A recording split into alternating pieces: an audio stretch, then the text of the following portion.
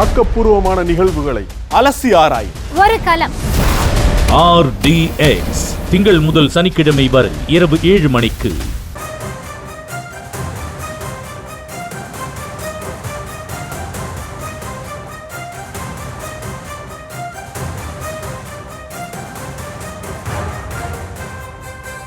இடஒதுக்கீட்டு போராட்டத்தில் உயிரிழந்தோருக்கு அஞ்சலி செலுத்தும் விவகாரத்தில் ராமதாஸ் மற்றும் அன்புமணிக்கு தடை விதிக்க பரிந்துரை செய்யப்பட்டிருக்கிறது. அது குறித்தான அண்மைச் செய்தியை நாம் பார்த்து வருகிறோம். விழுப்புரம் சார் ஆட்சியருக்கு திண்டிவனம் காவல்துறை டிஎஸ்பி கடிதம் அனுப்பியிருக்கிறார். அது குறித்தான அண்மைச் செய்தியை நாம் பார்த்து வருகிறோம். விவரங்களை செய்தியாளர் கலீப் அப்துல்லா வழங்க நாம் கேட்கலாம். கலீப் அப்துல்லா, மேலும் விவரம். வணக்கம்.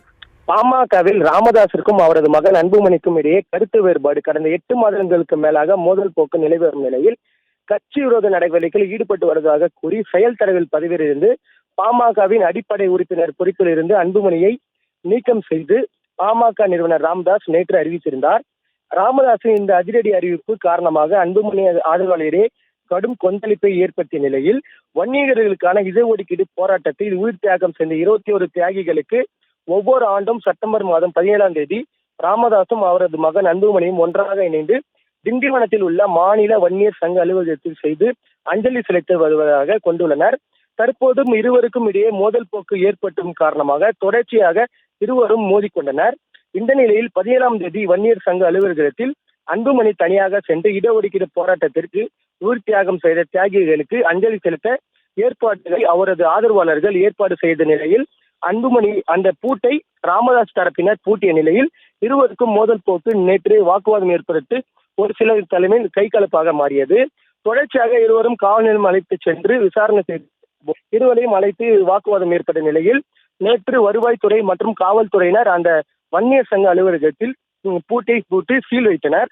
இந்த நிலையில் மோதலில் ஈடுபட்டு இரு தரப்பினரையும் சமாதான பேச்சுவார்த்தை நடத்துவதற்காக திண்டிவனம் காவல் நிலையத்திற்கு போலீசார் அழைத்து சென்றனர்.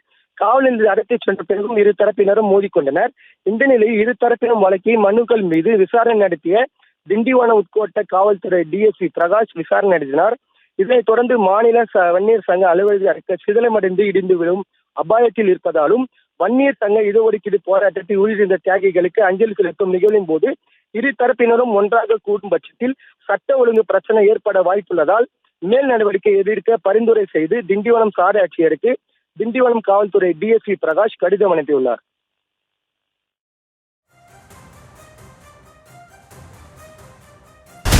ஆக்கப்பூர்வமான நிகழ்வுகளை அலசி ஆராய் ஒரு களம். RDX திங்கள் முதல் சனிக்கிழமை வரை இரவு 7 மணிக்கு.